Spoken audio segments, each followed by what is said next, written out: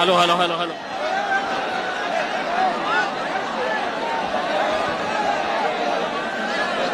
Hello hello hello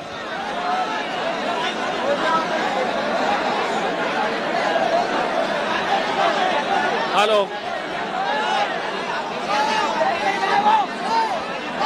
नहीं आवाज नहीं दोनों बंद है दोनों बंद हेलो हेलो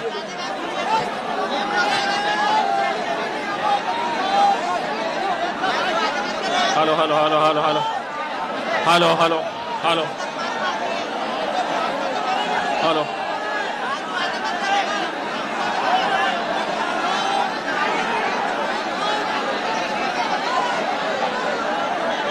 हेलो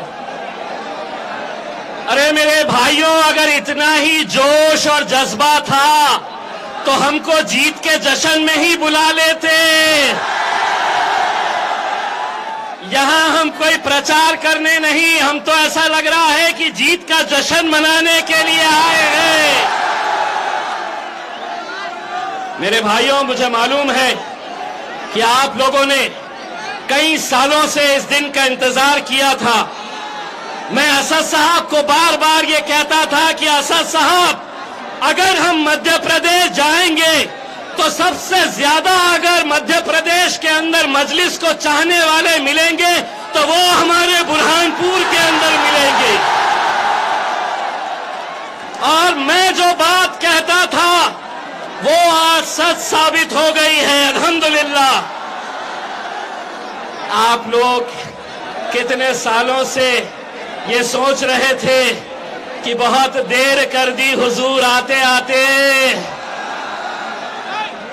और अब हम आपको ये बोलने के लिए आए हैं कि मैं तेरे दर पे आया हूं, कुछ करके जाऊंगा, झोली भर के जाऊंगा और ये दोनों की वाट लगा के जाऊंगा।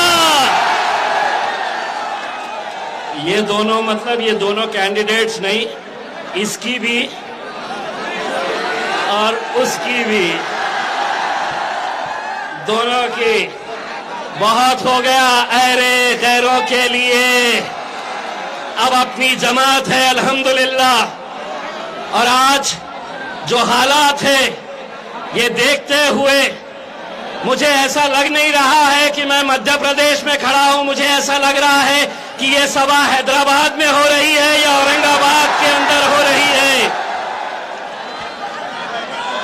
अरे ये देखकर तो इतना यकीन हो गया कि हमारे काउंसिलर्स तो आएंगे आएंगे, आने वाले वक्त के अंदर बुरहानपुर इंशाअल्लाह एमएलए भी देगा और एमपी भी देगा।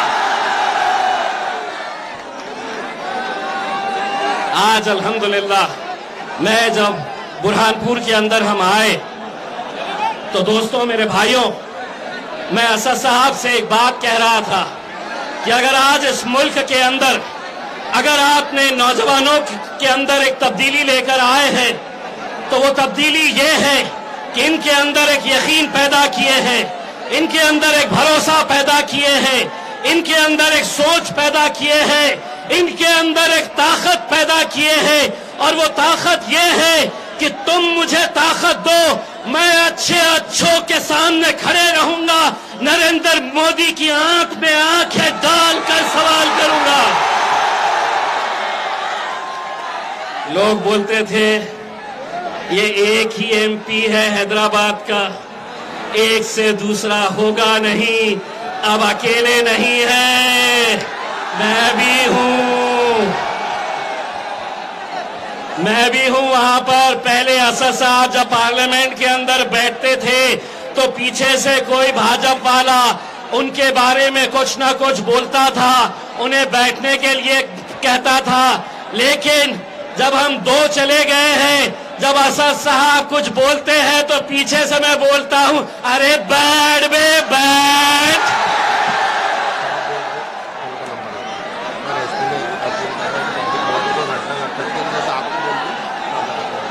देखिए, हमें पुलिस डिपार्टमेंट का भी पूरा ताउन करना है, क्योंकि पुलिस डिपार्टमेंट के ताउन से ही आज इतनी बड़ी जो महफिल सजाई गई है। वो महफिल के अंदर कोई दाग धब्बा न लगे, इसीलिए आप लोगों के जोश को देखते हुए अब मैं, जिनका इंतजार आपको इतने सालों से था, वो घड़ी आ गई है। जोरदार तालियों से इस्तकबाल कीजिए हिंदुस्तान का इकलौता शेर बैरिस्टर असदुद्दीन अवैसी।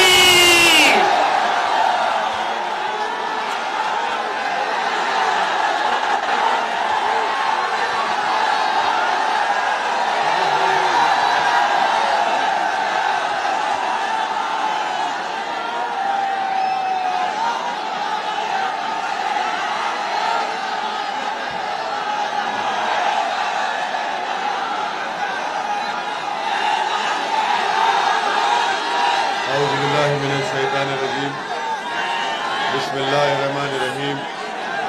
अस्सलामु अलैकुम वरहमतुल्लाहि वबरकातुहू।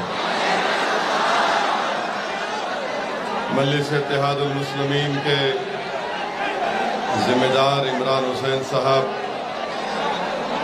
सदर शहर ज़हीरुद्दीन शेख साहब, सोहेल साहब जो मेयर के कैंडिडेट हैं, और मजलिस इत्तेहादुल मुस्लिमीन की जानिब से बुरहानपुर में 14 उम्मीदवार मजलिस इत्तेहादुल मुस्लिमीन के इंतखाबात में हैं, जिसमें वार्ड नंबर 2 से रफ़ीक अहमद साहब, वार्ड नंबर 4 से संगीता बाई तापड़े हमारी बहन, वार्ड नंबर 12 से नजमा बानू साहिबा, वार्ड नंबर 15 से फहमीदा बी साहिबा, वार्ड नंबर 18 से ज़हीरुद्दीन शेख साहब, 19 से रहीमुल्लाह साहब, 23 से फरजाना बेगम साहिबा, 24 से अफसाना बानो साहिबा, 25 से मुमताज़ हुसैन साहिब, 29 से परवीन बानो साहिबा, 31 से शबाना बेगम, 32 से मोहम्मद सुल्तान, 33 से राना बेगम, और वार्ड नंबर 39 से अनीसुर-रहमान साहब। मैं आपसे अपील करने आया हूं कि 6 तारीख के दिन आप तमाम लोग मजलिस इत्तेहादुल मुस्लिमीन के हक़ में अपने वोट देकर मजलिस की क़ियादत को बुरहानपुर में कामयाब करिए, और यहाँ से मजलिस इत्तेहादुल मुस्लिमीन की आपकी एक लीडरशिप को पैदा करिए। मैं आपका बेहद शुक्रगुजार हूँ कि आपने अपना कीमती वक्त निकालकर आज के इस जलसे में शिरकत की। आपका ये जोश, वलवला और आपकी मोहब्बत देखकर मेरे पास अल्फाज नहीं है कि मैं कैसे आपका शुक्रिया अदा करूँ। मैं सिर्फ आपसे इतना अर्ज़ करना चाहूँगा कि आप 6 जुलाई को इसी तरह, इसी जोश और जज्बे को बरकरार रखते हुए आप मजलिस के उम्मीदवारों को कामयाब करिए। मजलिस का इंतखाबी निशान पतंग का निशान है। ये मेरी खुशकिस्मती है कि मैं बुरहानपुर को आने का अल्लाह ने मुझे मौका दिया। ये वो सरजमीन जिसको हज़रत बुरहानुद्दीन गरीब रहमतुल्लाह अलैह के नाम से मंसूब किया गया, ये वो बुरहानपुर की सरजमीन जहाँ पर काला ताज महल भी है और मौजूदा ताज महल का डिज़ाइन भी यहीं पर बनाया गया था। ये औलिया अल्लाह की सरजमीन है, तौहीद परस्तों की सरजमीन है। मैं आप तमाम को दिल की गहराइयों से सलाम करता हूँ।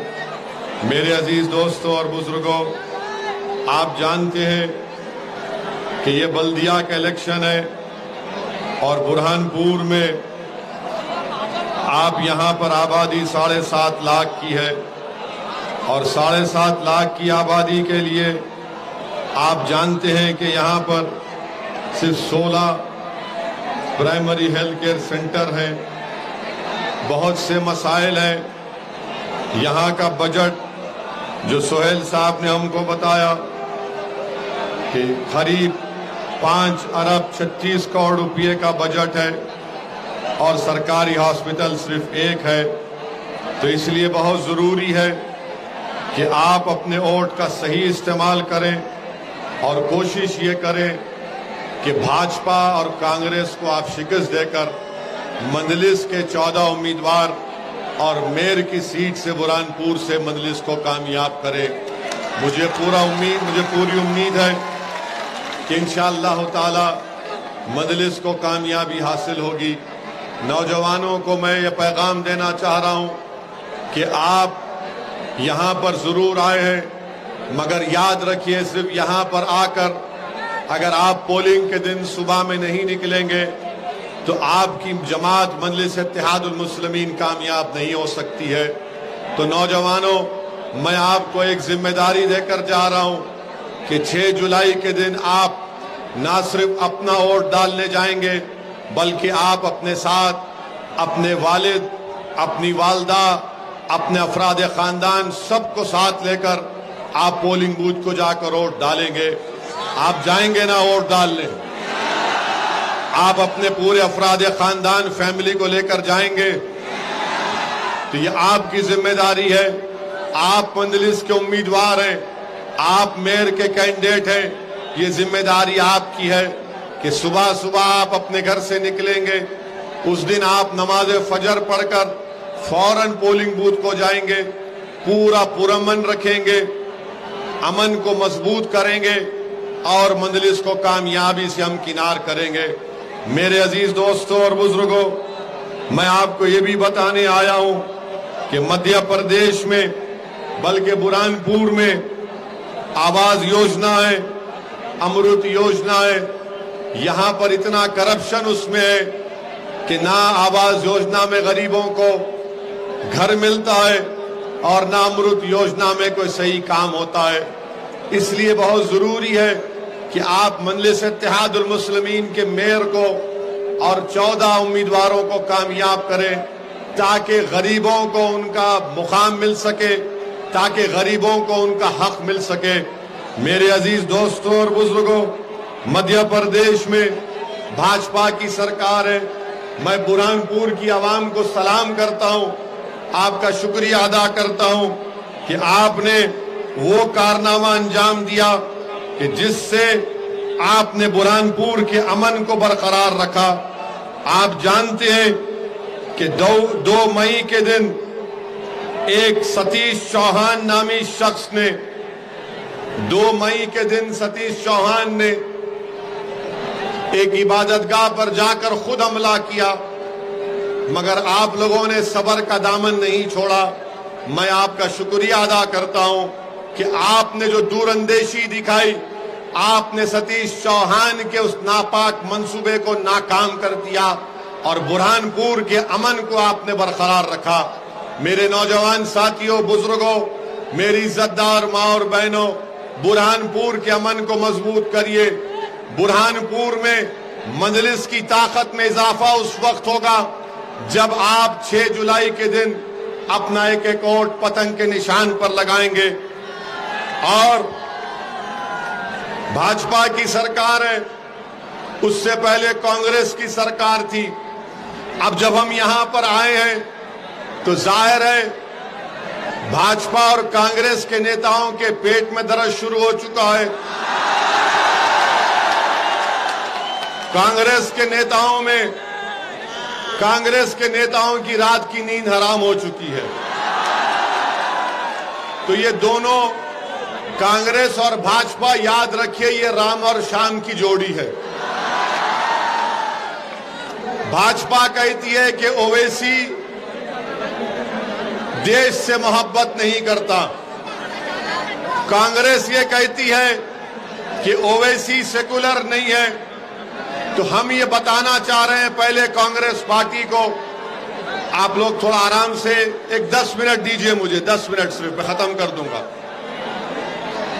कांग्रेस ये कहती है कि असदुद्दीन ओवैसी और मजलिस सेकुलर नहीं है। हम कांग्रेस पार्टी से पूछना चाहते हैं कि पिछले विधानसभा के चुनाव में क्या आपने कांग्रेस को वोट दिया था या भाजपा को वोट दिया था? आपने भाजपा को तो वोट नहीं दिया था ना, तो कांग्रेस सत्ता में आ गई। कांग्रेस के 20 विधायक जो मोदी के गोद में बैठकर चाय पी रहे हैं, क्या वो हमारे से पूछ कर गए थे? क्या हमने उनको बुरहानपुर की आपकी जो मशहूर मिठाई है मावा, मावा कहते हैं ना,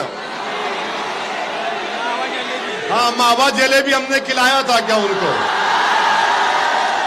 हम खिलाए थे क्या? उनको मोदी जी ने मलई खिलाया। आपने उनको वोट दिया, मोदी जी ने मलई खिलाया, वो भाग गए। तो कमलनाथ अपने लोगों को नहीं बोलता, कमलनाथ बोलता ओवैसी। कमलनाथ तुम्हारे 20 विधायक भाग गए मावा जलेबी बीजेपी की खाके, और अब ओवैसी बुरहानपुर को आया है, मावा जलेबी मैं खाऊंगा आपके हाथ से। आप खिलाएंगे ना? तो कामयाबी के बाद आकर खाऊंगा मैं, वादा रहा। तो न काउंटिंग कब है? 6 तारीख को, काउंटिंग 17 जुलाई को काउंटिंग है। हम 18-19 को आ जाते, आपसे मावा जलेबी खाएंगे। आपने कांग्रेस को वोट डाला तो 20 विधायक भाग गए, मोदी जी के हाथ से जलेबी खा रहे हैं। अब कमलनाथ बताओ कौन जिम्मेदार है? अच्छा, पार्लियामेंट का चुनाव आया तो पार्लियामेंट के चुनाव में आपने भाजपा को वोट दिया या कांग्रेस को वोट दिया? भाजपा को तो नहीं दिया ना। कितनों ने भाजपा को वोट नहीं दिया? हाथ उठाओ। डरो मत, डरो मत, डरना नहीं। अब हमारा अब सुन लो आप, एक कांग्रेस का एक ही जीता ना। कौन जीता? कौन जीता? एक उनका कमलनाथ का बेटा जीता ना। तो कमलनाथ तुम्हारा बेटा जीत सकता है, तुम्हारे पार्टी के कैंडिडेट क्यों नहीं जीत सकते? बेटा जीता तो दूसरा नहीं जीता, तो इसका बात क्या मालूम हुई कि कमलनाथ और मोदी दोनों अकेले मिलकर भाई भाई बोल लिए एक दूसरे को। अब कमलनाथ मंजलिस का नाम लेते हैं, कांग्रेस पार्टी बोलती है ओवैसी आया तो बीजेपी आ जाएगी। अरे तुम मिले हुए हो बीजेपी से, भाजपा से, और तुम मिले हुए हो इसीलिए भाजपा दोबारा सरकार में आ गई। शिवराज सिंह चौहान नहीं बन सकते थे मुख्यमंत्री, मगर कांग्रेसियों ने मोदी से सौदा कर लिया और उनको सत्ता दे दी। मैं सिर्फ बल्दिया का इलेक्शन लड़ने आया हूं, मगर आपकी मोहब्बत देखकर ऐलान कर रहा हूं कि इंशाअल्लाह ताला विधानसभा का भी चुनाव लड़ेंगे। कांग्रेस पार्टी ने कुछ नहीं किया। ये देखो, आप जरा थोड़ा खामोश रहिए। देखो कितना लोग आराम से पीछे खड़े हैं, आप जरा ठहरिए। कांग्रेस पार्टी से अब कुछ होने वाला नहीं है। कांग्रेस पार्टी अब इंशाअल्लाह ताला जल्द से जल्द बिल्कुल कमजोर होकर घर में बैठने वाली है। हमारी बात मान लो आप, अब इनसे नहीं होने वाला है। ये हो गया इन लोगों का टाइम। अब टाइम मजलिस इत्तेहादुल मुस्लिमीन का है इंशाअल्लाह ताला। इनका वक्त खत्म हो चुका है। कांग्रेस का वक्त खत्म हो चुका है। अब तुम्हारे दौर का आगाज होगा इंशाअल्लाह। अब इन नौजवानों की दौर का आगाज होगा। और आप हमारी बात याद रख लो, शायद कोई इसको गलत समझे, मगर हम में और आप में इतनी ताकत नहीं है कि आप किसी पार्टी को सत्ता में आने से रोक सकते हैं। आप में इतनी ताकत है कि आप अपने वोटों से अपने कैंडिडेट्स को कामयाब कर सकते हैं, जो जीतने के बाद आपकी आवाज बनेंगे, आपकी तकालीफ को उठाएंगे, जुल्म के खिलाफ आवाज बुलंद करेंगे, लोकतंत्र और जमहूरियत के दायरे में रहकर जमहूरियत को मजबूत करेंगे, नौजवानों की तकलीफ को समझकर जिस जगह पर उसकी आवाज को उठाना है आवाज को उठाएंगे। ये काम मजलिस इत्तेहादुल मुस्लिमीन कर रही है। अब आ जाइए भाजपा पर। तो जब भाजपा पर आते हैं तो मोदी का नाम लेना पड़ेगा। अच्छा, अब आप बताओ, क्या पेट्रोल की कीमत बढ़ी? डीजल की बढ़ी? आपको तकलीफ हुई? नौकरी मिली? बेरोजगारी बढ़ी? कीमतें बढ़ी? अब भाजपा से पूछो आप, अरे इसका जिम्मेदार तो मुख्यमंत्री और मोदी जी हैं, तो बोलेंगे नहीं, इसका जिम्मेदार औरंगजेब है, अकबर है। ये बात नहीं बोलेंगे कि नौकरी क्यों नहीं मिल रही, ये बात नहीं बोलेंगे पेट्रोल डीजल क्यों बढ़ गया। मैं अभी, हम जो वहां से कहां से आ रहे हैं अभी, हाँ, खंडवा से आ रहे हैं, वहां पर मैंने कहा कि शायद ताजमहल बनाकर गलती की। ताजमहल नहीं बनाकर वो पैसे उठाकर रखते कि 2014 में मोदी जी आ रहे, आप बनाइए ताजमहल। आने नौकरी की बात। अच्छा, और एक सुनो, कल से अस्पताल में जाएंगे तो बिल बढ़ गया, जीएसटी अस्पताल पे बढ़ गया। मोदी जी आप ना जिंदा रहने दे रहे, ना बीमार का इलाज होने दे रहे, बताइए क्या करेंगे आप। कपड़े कीमती हो गए, मोदी जी से पूछिए, मोदी जी कपड़े कीमती हो गए, बोले क्या कोई बात नहीं है। हाँ हाँ हाँ, तो अस्पताल की कीमतों में इजाफा, कपड़ों में इजाफा, हर चीज में इजाफा, मगर भाजपा क्या बोलती, मुगल जिम्मेदार है। अरे नौकरी दो तो बोलेंगे नहीं, बुरहानपुर का नाम बदल देंगे। ये भाजपा की पॉलिसी। और दूसरी बात आप जानते हैं, मैं भाजपा के नेता से और मध्य प्रदेश के मुख्यमंत्री से बोलना चाह रहा हूं, आपने जो धर्म तब्दीली का कानून बनाया वो संविधान के खिलाफ है, वो संविधान के खिलाफ है। इसलिए कि डिंडोरी गांव में आरिफ और साक्षी ने शादी की तो डिंडोरी के कलेक्टर ने आसिफ के घर को तोड़ दिया। आप बताओ मुख्यमंत्री, अगर कोई बालिग लड़का और लड़की है, क्या वो अपने पसंद से शादी नहीं कर सकते? अरे कोई मोहब्बत करे तो आप कबाब में हड्डी क्यों बन रहे? मोदी जी और पृथ्वीराज जी, आपने गाना नहीं सुना, जब प्यार किया तो डरना क्या? अरे आप प्यार करने वालों के खिलाफ क्यों हैं? आप भी करो प्यार, जनता से करो, गरीब से करो, जो गरीब पिट रहा है, पिस रहा है भारत में। इसकी फिक्र नहीं है मोदी जी को और यहाँ के मुख्यमंत्री को। आप जानते मेरे अजीज दोस्तों कि मध्य प्रदेश में पहली जमात से 5वीं जमात तक, क्लास 1 से क्लास 5 तक 58,817 बच्चे पढ़ते हैं। 12वीं जमात में आते आते 38,000 हो जाते हैं। तो मालूम हुआ कि 80% मुसलमानों के बच्चे मध्य प्रदेश में 10वीं जमात मुकम्मल नहीं करते। बताओ कमलनाथ, बताओ मध्य प्रदेश के मुख्यमंत्री, मैं जिम्मेदार हूं या तुम लोग जिम्मेदार हो जो मुसलमान बच्चों को 80% मुस्लिम बच्चे मध्य प्रदेश में 10th क्लास कंप्लीट नहीं करते। मेरे अजीज दोस्तों और बुजुर्गों, मुसलमानों को तालीम चाहिए, मुसलमानों को ताकत चाहिए, मुसलमानों को सब चीज चाहिए जो सबको मिलती है। ये लड़ाई मजलिस इत्तेहादुल मुस्लिमीन की लड़ाई है। मेरे अजीज दोस्तों और बुजुर्गों, वहीं पर आप देखते हैं, आपको मालूम कि भंवरलाल जैन कौन थे?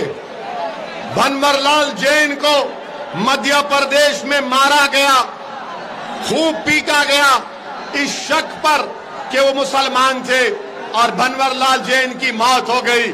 बताओ मुख्यमंत्री, मारने वालों का तुमने घर तोड़ा, पृथ्वीराज, शिवराज तुमने घर तोड़ा।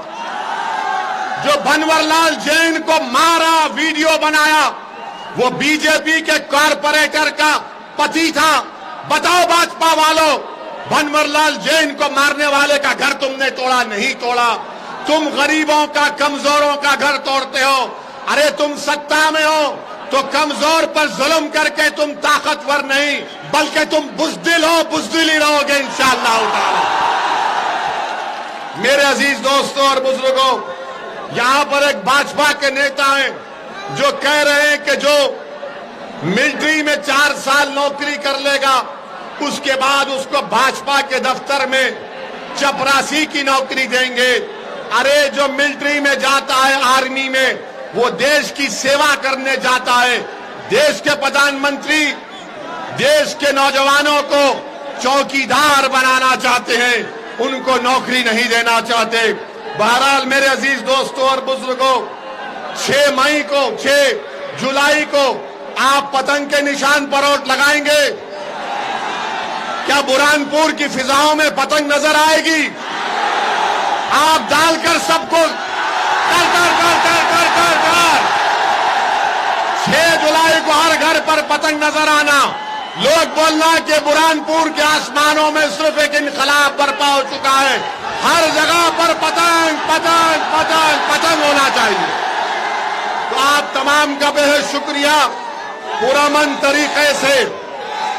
पुरअमन तरीके से जाइए और 17 जुलाई के बाद आऊंगा, मावा जिलेबी खिलाएंगे, मावा जिलेबी खिलाएंगे। शुक्रिया, अल्लाह सलामत रखे आपको। नारे तकबीर, नारे तकबीर। भारत जिंदाबाद, भारत